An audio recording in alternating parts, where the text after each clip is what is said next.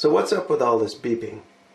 You know, Morse code seems to be a mystery to a lot of people, but it's fundamentally just a method of encoding every letter in the alphabet, plus numbers and some punctuation, as two pieces of data, two sounds actually, one 3 times longer than the other.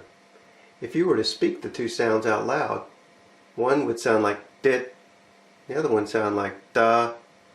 That's it. That's all you've got to know. Two sounds, one 3 times longer than the other.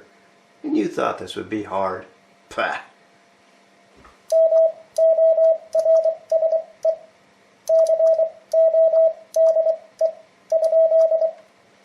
So, Morse code.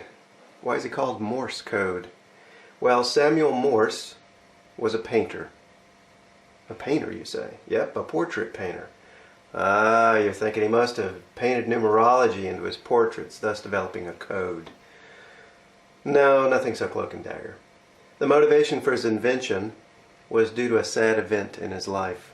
See, while he was painting the portrait of the Marquis de Lafayette in Washington, D.C., he received a message delivered from a horseback rider telling him that his wife at home in New Haven, Connecticut was sick. Now, the message was a few days old at this point.